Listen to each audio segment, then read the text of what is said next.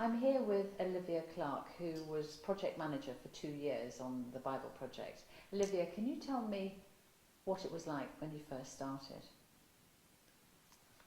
Well, I think the project had been going for about a year at that stage, so it was very low key here. There was literally just Donald and Vin Gaudier, graphic designer, and I think there may have been Sally.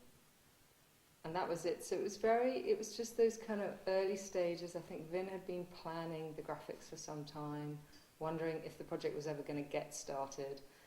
And I think Donald was just feeling around thinking, we need someone to do the admin here.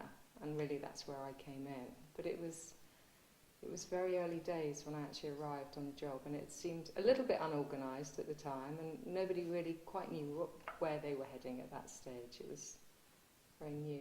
Were you sort of involved in commissioning people to come on board? I think at that stage it was, Donald was the main scribe, and Sally was his kind of right hand, if you like, and she was very much a full-time scribe on the project.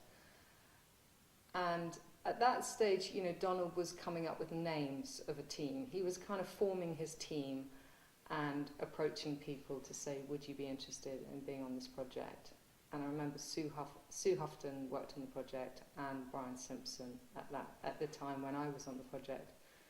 And then Donald would sort of come into the office and say, I think we need a kind of botanical artist. Could you go and source that?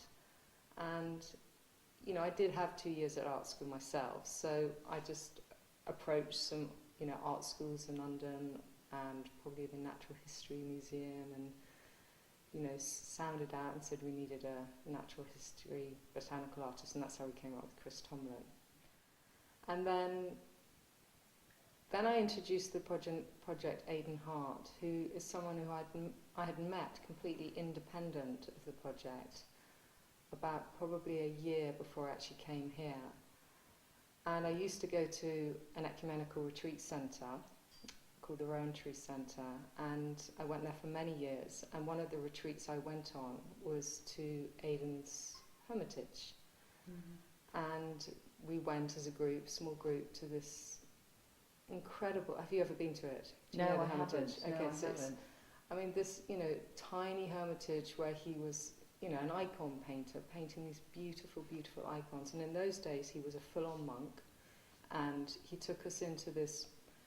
It wasn't a chapel, but it was like a chapel with these beautiful, beautiful gold-leafed icons, like solid gold, so much gold, I remember that. And there were all these candles lit, and he'd be wafting the incense like they do in the churches.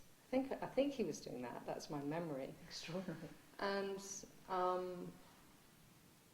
I remember this incredible quality of being in this atmosphere of beauty and spiritual presence. I can't really say more than that. And he struck me as this amazing person. And then a year on, I found myself on this project, and Donald was fishing around for more artists to be involved.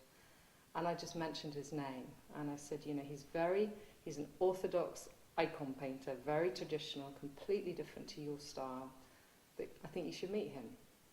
And so they did. I think he came along, and that relationship was forged. Looking back at it now, how do you feel about having been part of something so momentous, so extraordinary? I just feel so privileged to have been on this project, and really touched by the generosity of the gift we were all given today, this beautiful ceramic pot, and this, I haven't had a chance to look at it, but this kind of calligraphy letter of thanks and gratitude. And part of me is thinking, I was just the humble kind of administrator person, way years ago, and to be given that kind of gift was, really, it was amazing, and I feel,